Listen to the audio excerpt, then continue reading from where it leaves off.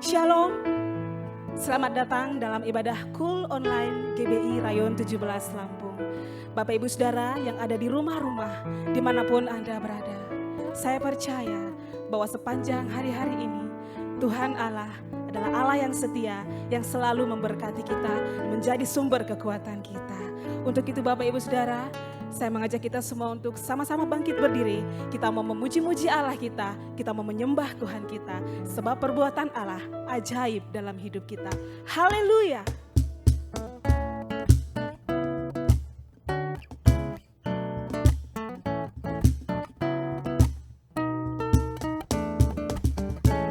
Kita mau sama-sama katakan Bapak Ibu, kalau Tuhan Yesus ajaib dalam hidup kita. Yesus, Tuhanku ajaib, heran perbuatannya, tiada yang mustahil bagi Dia. Yesus, Tuhanku ajaib. Katakan Yesus, Yesus, Tuhanku ajaib, amin. Heran perbuatannya, tiada yang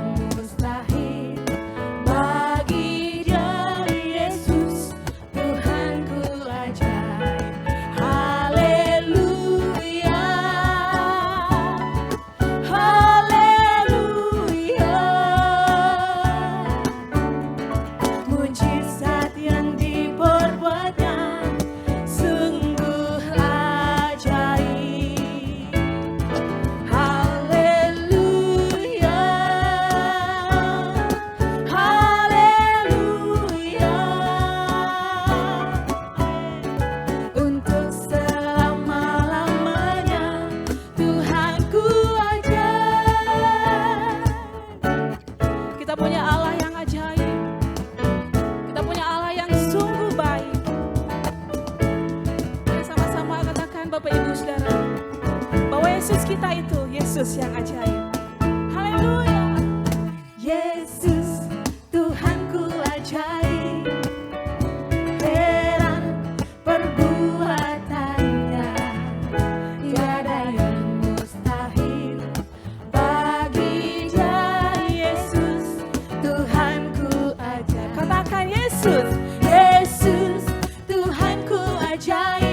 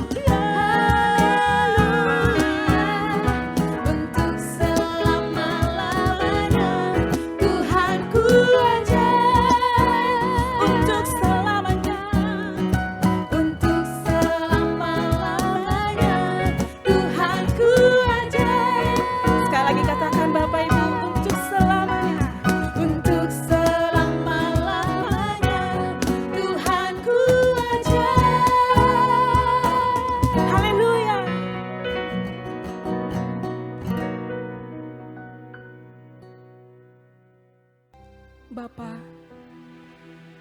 saat ini umat-umat-Mu datang di hadapan-Mu. Kami rindu ya Tuhan, pada malam hari ini. Kami rindu merasakan hadirat-Mu nyata di tempat ini, dimanapun kami berada ya Tuhan. kalau kami ada saat ini, sebagaimana kami ada itu semua karena anugerah-Mu ya Bapa. Sebab itu ya Tuhan, kami mau mengaku bahwa Engkaulah Allah yang ajaib dalam kehidupan kami. Hidup kami ini ada di tangan-Mu ya Tuhan. Rancangan-Mu terbaik dalam kehidupan kami.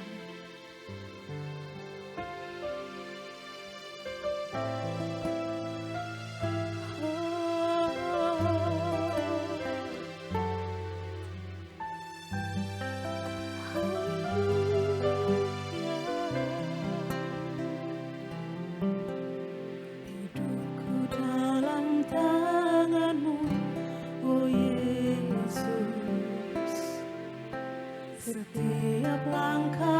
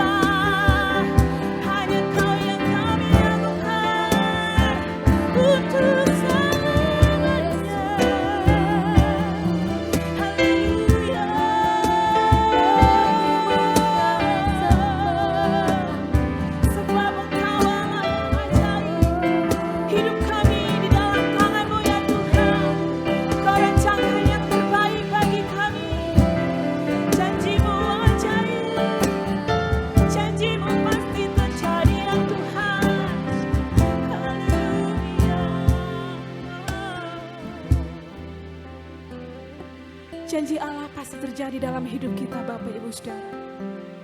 Biar kita terus percaya akan janji Tuhan, bahwa janji Tuhan itu ajaib. Ku percaya janji-Mu ajaib, terukir dalam kehidupanku.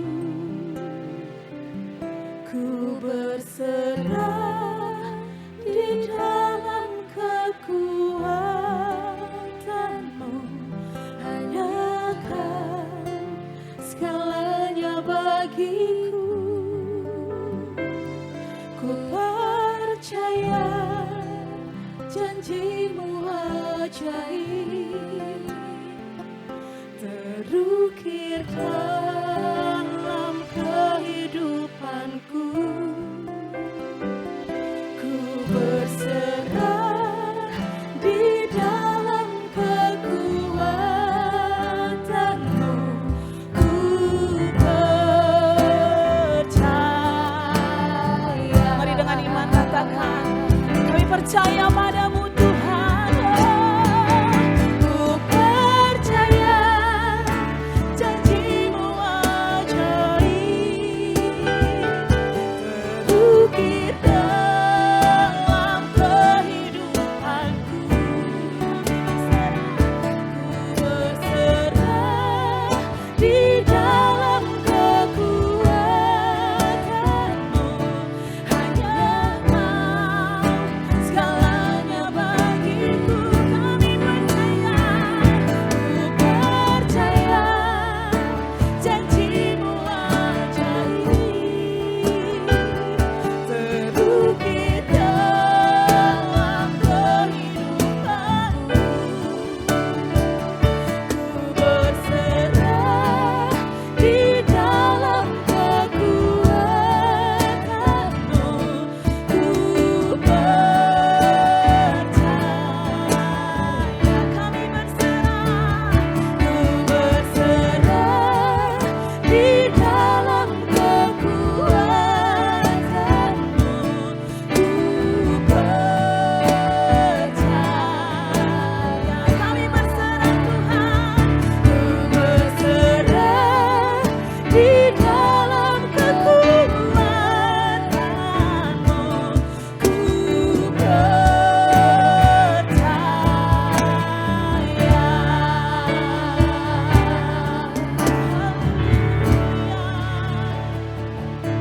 Di dalam nama Tuhan Yesus.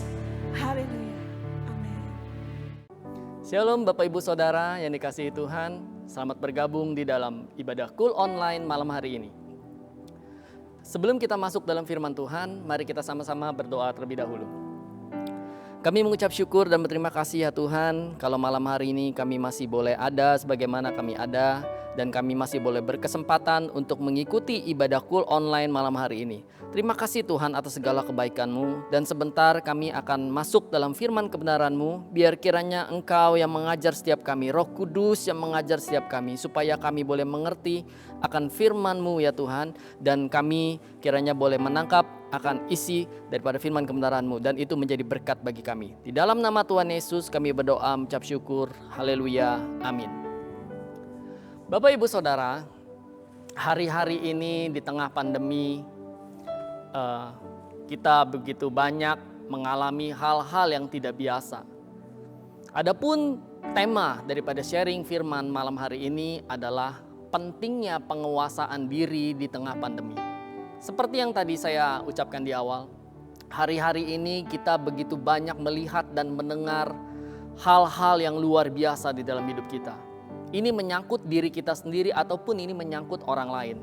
Sebagai contoh, hari-hari ini kita begitu banyak mendengar akan kabar duka, akan kepergian orang-orang yang mungkin kita kenal atau orang-orang yang mungkin kita nggak kenal. Karena ini skalanya bukan di sekitar lingkungan kita saja, tetapi ini sudah sampai ke nasional dan bahkan sampai seluruh dunia.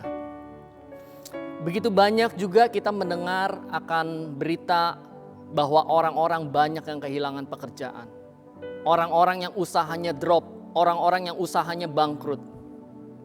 Yang mana dengan mereka tidak memiliki pekerjaan lagi, mereka usahanya bangkrut, secara otomatis keuangan mereka pun akan bermasalah. Dan ini bisa saja merambat atau merembet ke dalam pernikahan, di dalam keluarga. Karena tidak tercukupinya mungkin kebutuhan daripada rumah tangga, akan terjadi cekcok, akan terjadi perselisihan. Ataupun karena usahanya yang bangkrut, pemasukannya tidak lagi seperti dahulu, gaya hidupnya pun harus berubah dan orang tidak siap untuk itu semua. Lalu begitu banyak orang yang panik ketika mereka ingin membeli obat, ketika mereka ingin mendapatkan alat medis, alat-alat kesehatan. Yang mana kita tahu hari-hari ini alat-alat kesehatan, obat-obat itu sudah langka. Dan kalau ada pun harganya sudah naik tinggi, menjadi mahal sekali. Untuk mendapatkan kenyamanan atau keamanan daripada kesehatan itu harganya mahal sekali. Ketika seseorang dikatakan terkena COVID atau positif COVID, maka ada begitu banyak uang yang harus dia keluarkan. Minimal untuk memberi vitamin, suplemen, dan obat-obatan. Dan begitu banyak kita menemukan di hari-hari ini orang semakin apatis, orang semakin acuh tak acuh. Seperti karakter aslinya itu keluar. Orang semakin egois, menjadi garang, sedikit-sedikit marah, sedikit-sedikit mau berkelahi dan sebagainya. Lalu tidak dapat sabar dan lain sebagainya. Hal-hal yang saya sebutkan di atas itu mungkin bukan terjadi kepada orang lain saja. Tetapi saya yakin dan percaya itu bisa terjadi kepada kita Bapak Ibu Saudara. Nah, fakta yang saya dapatkan dari media Indonesia pada tahun 2020 dikatakan 5 bulan sejak pandemi di tahun 2020 angka kriminalitas naik 7%. Wow Bapak Ibu Saudara. Angka kriminalitas naik 7%. Baru 5 bulan pandemi. Ini di tahun 2020 datanya. Jadi kita bisa melihat ada begitu banyak kasus kejahatan yang terjadi. Pertanyaannya, mengapa hal ini bisa terjadi? Mengapa orang sampai berbuat nekat? Orang sampai mau berbuat kejahatan? Mungkin dari hatinya yang paling dalam atau hati kecilnya dia tidak mau seperti itu. Tetapi kenapa ini bisa terjadi? Jawabannya adalah karena kurangnya penguasaan diri. Apa itu penguasaan diri? Dalam bahasa Yunani disebutkan kata ekrateia, artinya mempunyai kuasa atas sesuatu. Atau ini bisa diartikan sebagai menahan diri untuk tidak melakukan sesuatu. Kalau dikatakan orang bisa menguasai dirinya, artinya orang itu bisa menahan tindakannya, perilakunya untuk melakukan sesuatu. Mari kita buka firman Tuhan di dalam Galatia 5 ayatnya yang ke-22 sampai 23. Galatia 5 ayat 22 sampai 23. Saya bacakan firman Tuhan untuk Bapak Ibu Saudara. Tetapi buah roh ialah kasih, sukacita, damai sejahtera, kesabaran, kemurahan, kebaikan, kesetiaan, kelemah lembutan, penguasaan diri. Tidak ada hukum yang menentang hal-hal itu. Bapak Ibu Saudara, firman Tuhan yang baru saja kita baca ini berbicara tentang buah roh. Buah roh itu bukan banyak buah, satu buah roh, tetapi ada bermacam-macam rasa, ada 9 karakter. Nah, pernahkah Bapak Ibu Saudara cermati mengapa dikatakan buah roh yang terakhir itu adalah penguasaan diri? Karena setelah saya bercoba sejenak berpikir, mendalami, mungkin saja bisa terjadi seperti ini. Kenapa yang kata penguasaan diri itu ada di akhir?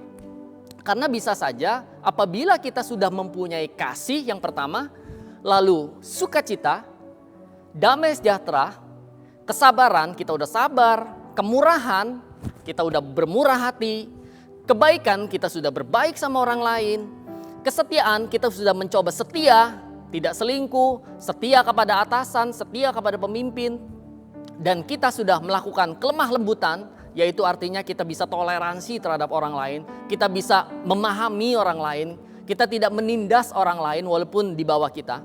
Tetapi mungkin setelah semuanya itu kita sudah lakukan, kita sudah jalankan, tetapi mungkin karena kita tidak dihargai orang, kita disakiti orang, kita dihianati orang, atau kita melihat kegagalan dalam hidup kita. Kita melihat rencana yang sudah kita rancang itu tidak terjadi dalam kehidupan kita. Mungkin kita jatuh sakit, sakitnya parah. Mungkin kita jatuh miskin. Apa respon kita? Maka yang terakhir akan menjadi jawabannya, yaitu penguasaan diri. Yang terakhir ini menentukan akan tindakan kita, pikiran kita, dan ucapan kita.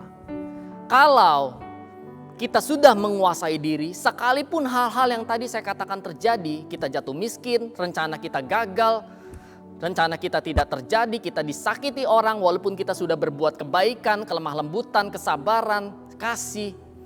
Tapi kita masih saja disakiti orang, respon kita itu ditentukan oleh penguasaan diri. Kalau kita mempunyai penguasaan diri yang baik, maka tindakan, pikiran, dan ucapan kita akan baik pula. Namun sebaliknya, jika kita tidak mempunyai penguasaan diri yang baik, maka tindakan, ucapan, dan pikiran kita akan tidak menjadi baik pula.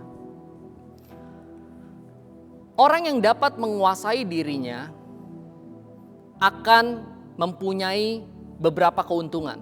Salah satunya adalah di dalam Amsal 16 ayat 32. Saya bacakan untuk Bapak Ibu Saudara. Orang yang sabar melebihi seorang pahlawan. Orang yang menguasai dirinya melebihi orang yang merebut kota. Jadi dikatakan di Amsal 16 ayat 32, jika seseorang itu bisa menguasai dirinya, ia melebihi orang yang merebut kota. Sebagaimana kita tahu Bapak Ibu Saudara, orang saat berperang bisa merebut suatu kota itu adalah satu kemenangan yang luar biasa. Mereka bisa merampas, mereka bisa menjarah barang-barang yang mereka mau. Hal-hal atau barang-barang atau apapun juga yang mereka sukai mereka bisa jarah, mereka bisa ambil. Itu adalah bicara tentang kemenangan. Kemenangan yang luar biasa. Tetapi Alkitab berkata di dalam Amsal 16 ayat 32, orang yang bisa menguasai diri melebihi orang yang berebut kota. Luar biasa Bapak Ibu. Kita juga sedang bergumul, kita juga sedang berlomba di dalam kehidupan ini. Kalau kita bisa menguasai diri, maka dikatakan kita bisa lebih daripada orang yang berebut kota. Artinya kita bisa menang, kita bisa jauh melebihi apa yang kita harapkan. Kemenangan-kemenangan akan terjadi bagi kita. Yang kedua, kalau orang yang bisa menguasai diri, 1 Korintus 9 ayat 25, saya bacakan untuk Bapak Ibu Saudara. Tiap-tiap orang yang turut mengambil bagian dalam pertandingan, menguasai dirinya dalam segala hal. Mereka berbuat demikian untuk memperoleh suatu mahkota yang fana, tetapi kita untuk memperoleh suatu mahkota yang abadi. Dikatakan atau saya sederhanakan, orang yang bisa menguasai dirinya, maka dia akan memperoleh satu mahkota yang abadi. Siapa yang mau mendapatkan mahkota yang abadi? Pasti semua di antara kita mau. Nah, tapi prosesnya tentu saja tidak mudah. Menguasai diri itu atau penguasaan diri itu tidak semudah yang kita ucapkan atau membalikkan telapak tangan. Lalu, kita bahas sedikit. Kalau orang yang tidak dapat menguasai dirinya, maka bisa dipastikan bukan hal-hal yang baik yang akan terjadi di dalam dirinya. Namun, mari saya bacakan untuk Bapak Ibu Saudara di dalam Amsal 25 ayat 28. Orang yang tak dapat mengendalikan diri adalah seperti kota yang roboh temboknya.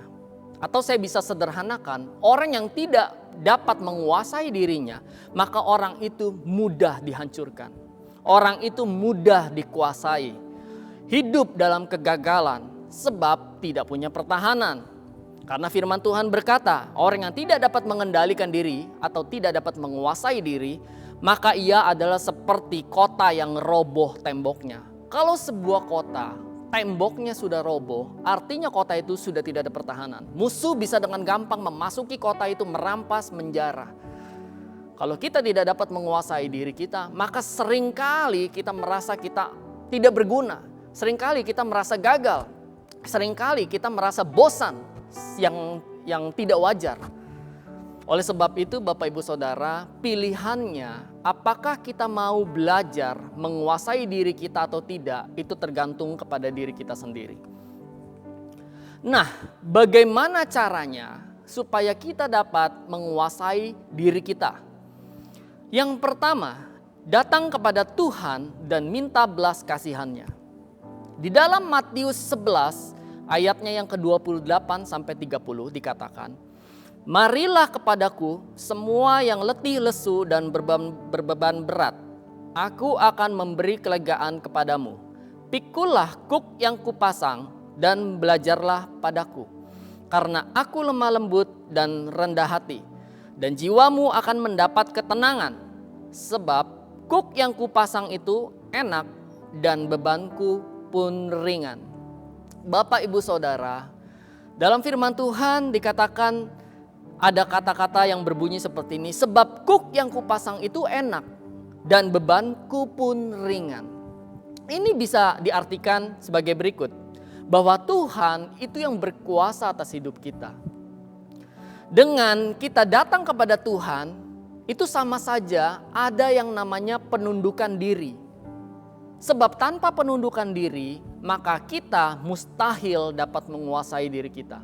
Mengapa saya berkata demikian? Karena secara logika saja, kalau kita tidak mau tunduk kepada otoritas yang lebih tinggi daripada kita, maka akan sulit sekali kalau kita dapat menundukkan ego kita, menundukkan hawa nafsu kita, menundukkan segala sesuatu yang jelek dalam diri kita.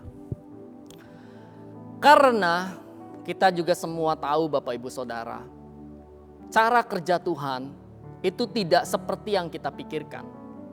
Kalau kita merasa kita mampu, kita merasa kita mengandalkan diri kita sendiri, maka Tuhan pun enggan menolong kita. Tapi ketika kita mengangkat tangan, kita menyerah, maka disitulah Tuhan turun tangan.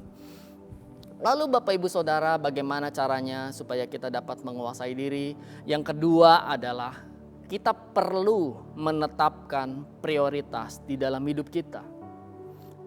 Di dalam firman Tuhan 1 Petrus 2 ayat 21 dikatakan, "Sebab untuk itulah kamu dipanggil, karena Kristus pun telah menderita untuk kamu dan telah meninggalkan teladan bagimu, supaya kamu mengikut jejaknya." Bapak, Ibu, Saudara, firman Tuhan yang kita baca di dalam 1 Petrus 2 ayat 21 dikatakan, "Sebab untuk itulah kamu dipanggil." Artinya ini berbicara untuk kita, Bapak, Ibu, Saudara. Untuk ini kita dipanggil, yaitu karena Kristus telah menderita dan telah meninggalkan teladan bagi kita. Artinya supaya kita meneladani apa yang sudah Tuhan Yesus lakukan dan mengikut jejaknya. Ini juga bisa diartikan bahwa kita harus mengetahui prioritas dalam hidup kita. Segala hal yang kita hadapi dan kerjakan di dalam hidup ini harus sesuai prioritas. Apalagi di saat-saat kita berada di tengah pandemi seperti ini. Memang segala sesuatu itu diperbolehkan, tetapi belum tentu semuanya itu berguna. Memang segala sesuatunya itu diperbolehkan, tetapi belum tentu semuanya itu membangun. Sebagai contoh, di tengah pandemi seperti ini, kita harus dapat memilah-milah, kita harus dapat memprioritaskan apa yang harus kita lakukan terlebih dahulu. Nonton boleh nggak? Boleh. Ibu-ibu nonton sinetron boleh nggak? Boleh. Ikatan Cinta atau apa? Ya saya nggak tahu. Tapi kalau misalnya kita katakan boleh nonton, katakanlah anak muda juga atau bapak-bapak atau bapak ibu yang masih suka film yang berkelanjutan atau film seri, terutama drama Korea ya. Nah, kita nonton sampai lupa waktu, berjam-jam, bahkan dari pagi bisa sampai sore. Memang itu diperbolehkan, tetapi kembali lagi firman Tuhan berkata, apakah itu berguna? Apakah itu membangun? Tentu saja tidak. Bisa jadi karena kita keasikan melakukan aktivitas kita itu, segala pekerjaan kita bisa terganggu, tidak terselesaikan. Kita tidak melakukan tugas rumah tangga kita. Kita tidak melakukan tugas yang seharusnya kita lakukan. Karena kita terlalu asik. Untuk bapak-bapak, boleh nggak nonton bola? Apalagi semakin seru tahun depan ada Piala Dunia. Ya tentu saja boleh. Tapi apakah semuanya itu membangun? Apakah semuanya itu berguna? Itu kembali lagi kepada kita. Kalau kita nonton sampai jauh malam, sudah tahu besok mau kerja, sudah tahu besok mau janji dengan orang, sehingga bangunnya bisa kesiangan, kerjaannya jadi terbengkalai, masuk kerja, masuk kantor telat, janjian sama orang telat, akhirnya batal. Nah, hal-hal yang seperti ini kita harus tahu prioritas yang kita ambil yang mana. Kita harus bisa mengendalikan yang namanya keinginan mata, keinginan daging, dan juga keangkuhan hidup. Sebab bukan saya yang berkata bahwa kita harus mengendalikan ketiga hal tersebut, tetapi Alkitab yang berkata bahwa kita harus bisa menguasai, bahwa kita harus bisa mengendalikan yang namanya keinginan mata, keinginan daging, dan juga keangkuhan hidup. Apa itu kurang lebih keinginan mata? Seperti kita tahu Bapak Ibu Saudara, keinginan mata itu ada banyak hal. Saya ambil contoh yang paling sederhana. Zaman sekarang di tengah-tengah PPKM seperti ini, orang banyak tidak keluar rumah. Orang mau apa-apa semua bisa lewat gadgetnya masing-masing. Belanja bisa lewat gadget masing-masing. Tanpa disangka, tanpa disadari, orang kadang-kadang sering belanja melewati daripada kemampuannya. Orang lapar mata, orang suka banget Windows, orang suka bilang Windows shopping ya, tapi ini di gadgetnya masing-masing. Wah, barang ini bagus sekali. Wah, saya belum punya nih yang warna ini. Saya mau beli yang ini model baru, saya mau beli seperti itu. Nah, itulah salah satu keinginan mata. Dan keinginan daging itu seperti apa? Keinginan daging itu kurang lebih adalah hawa nafsu, percabulan dan sebagainya. Ya. Di tengah-tengah pandemi seperti ini, kita dituntut untuk mempunyai gaya hidup yang sehat. Tapi bisa saja kita masih tetap tidak bisa mengendalikan diri kita. Kita tidak bisa menguasai diri kita. Disuruh sehat, kita masih tetap makan sembarangan. Makan yang berminyak-minyak, makan yang berlemak-lemak, junk food terus setiap hari. Maka secara tidak langsung kita tidak dapat menguasai nafsu makan kita. Dan suatu saat kita sakit, dan kita marah, kita menyalahkan Tuhan dan sebagainya. Nah, lalu dikatakan juga keangkuhan hidup. Apa itu keangkuhan hidup? Kalau saya coba berpikir keangkuhan hidup itu, yang contoh paling sederhananya adalah seperti yang tadi saya bilang, zaman sekarang musim gadget. Semua orang hampir punya gadget. Di dalam gadget, terutama di dalam Instagram, kita bisa melihat orang-orang yang keren. Kita bisa melihat barang-barang yang keren. Kita bisa melihat destinasi-destinasi yang keren. Bahkan juga di dalam gadget kita bisa melihat semua hal-hal yang selama ini mungkin kita idam-idamkan yang kita tidak punya. Orang juga berlomba-lomba seperti ingin membuktikan dirinya, seperti mengaktualisasikan dirinya bahwa wah, saya keren, saya kaya, saya hebat. Padahal kenyataannya tidak semua seindah seperti film Korea. Banyak orang menjadi sombong, dan masalahnya adalah orang sombong itu nggak tahu atau nggak sadar dia sombong. Oleh sebab itu, sebagai anak Tuhan yang hidup di tengah-tengah pandemi hari-hari ini, kita harus mengukur kemampuan kita. Kita harus bisa bijaksana dalam mengelola berbagai hal. Contoh mengelola keuangan. Kita jangan boros hari-hari ini. Boleh hemat tapi bukan pelit. Karena kenapa? Karena kebutuhan harus juga dicukupi, harus dibeli. Jangan menginginkan sesuatu barang ataupun hal-hal yang melebihi kemampuan kita. Karena kita tidak tahu besok di depan akan terjadi apa. Kita harus punya tabungan yang cukup. Atau orang yang bijaksana bisa menginvestasikan uangnya, bisa menginvestasikan waktunya untuk hal-hal yang lebih berguna. Jangan kita gengsi. Karena apabila kita gengsi, kita sudah masuk dalam perangkap kemiskinan. Gengsi tidak akan ada habisnya Bapak Ibu Saudara. Dan tidak ada untungnya bagi kita semua. Yang ketiga, yang terakhir. Bagaimana caranya agar kita bisa menguasai diri kita? Yaitu kita harus terus berlatih sampai akhirnya kita dapat menguasai diri kita. Di dalam 1 Korintus 9 ayatnya yang ke-26 sampai 27. Firman Tuhan berkata, "Sebab itu aku tidak berlari tanpa tujuan, dan aku bukan petinju yang sembarang saja memukul, tetapi aku melatih tubuhku dan menguasainya seluruhnya, supaya sesudah memberitakan Injil kepada orang lain, jangan aku sendiri ditolak." Bapak Ibu Saudara, yang terakhir bagaimana caranya kita dapat menguasai diri, kita harus tetap berlatih. Karena Rasul Paulus pun di dalam firman Tuhan di dalam Korintus mengatakan, aku tidak berlari tanpa tujuan. Artinya dia berlari ada tujuannya. Aku bukan petinju yang sembarang memukul, tapi dia tahu untuk apa dia berlatih, untuk bisa menguasainya. Tubuh kita ini, Bapak Ibu Saudara, kalau kita tidak berlatih, kalau kita tidak berusaha belajar menundukkan keinginan mata yang tadi, keangkuhan hidup, ataupun hal-hal yang menyenangkan bagi tubuh kita, bagi daging kita, kalau kita tidak pernah berlatih untuk mengendalikannya, maka kita yang akan susah di kemudian hari. Hawa nafsu kita yang akan memakan kita. Ini juga bisa diartikan bahwa kita harus terus berlatih. Kita tahu untuk dapat menguasai diri itu bukan instan, tetapi ada prosesnya. Kita harus latihan dari waktu ke waktu. Pertanyaannya, apakah kita mau komitmen untuk terus berlatih dari waktu ke waktu? Karena penguasaan diri itu tidak bisa instan. Saya tahu Bapak Ibu Saudara, di antara kita pasti juga berpikir, ya saya tahu yang namanya penguasaan diri itu tidak semudah kata yang diucapkan.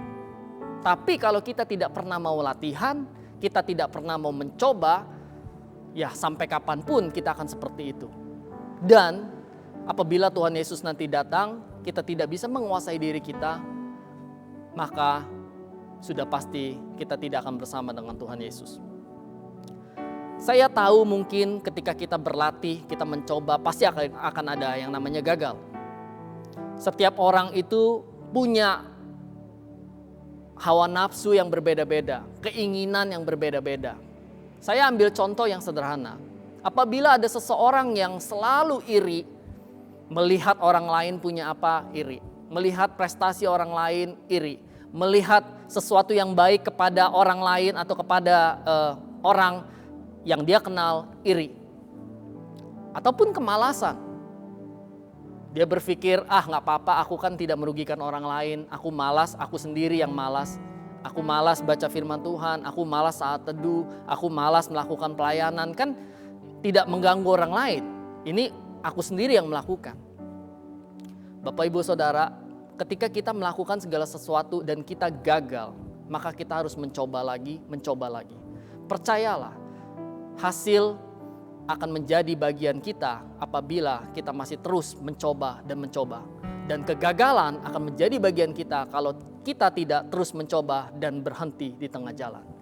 Mari Bapak Ibu Saudara, saya ajak Bapak Ibu Saudara saat ini untuk merenungkan apa yang sudah saya bagikan pada malam hari ini. Apakah kita mau menjadi seseorang yang dapat menguasai diri atau tidak? Karena kita tahu orang yang menguasai diri itu adalah orang yang berkemenangan. Saya yakin dan doa saya untuk Bapak Ibu Saudara malam hari ini, kita mulai mengambil satu komitmen bahwa kita harus berlatih malam hari ini juga. Kita harus melatih diri kita harus menguasai diri kita, dan kita akan menjadi pemenang. Mari tundukkan kepala Bapak Ibu Saudara, saya akan berdoa. Ya Tuhan, terima kasih Bapa untuk malam hari ini, firman kebenaran yang sudah kami dengar. Biar kiranya sekali lagi kami berdoa, Roh Kudus mengajar setiap kami, supaya kiranya apa yang kami terima, kami boleh tangkap baik-baik dan kami boleh lakukan. Kami boleh menjadi pelaku dari firman kebenaran-Mu. Terima kasih ya Tuhan, kami ucap syukur. Dalam nama Tuhan Yesus kami berdoa, haleluya, amin. Bapak Ibu Saudara, sebentar kita akan memberikan persembahan.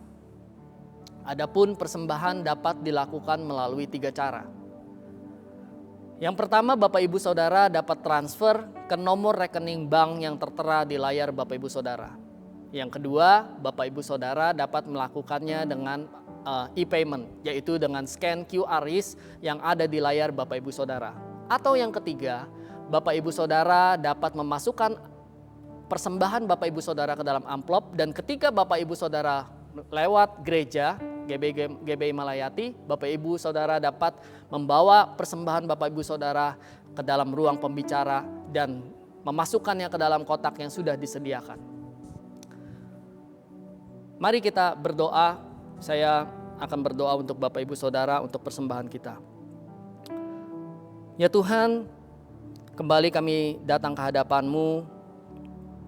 Biar kiranya Tuhan boleh berkati setiap persembahan yang ada.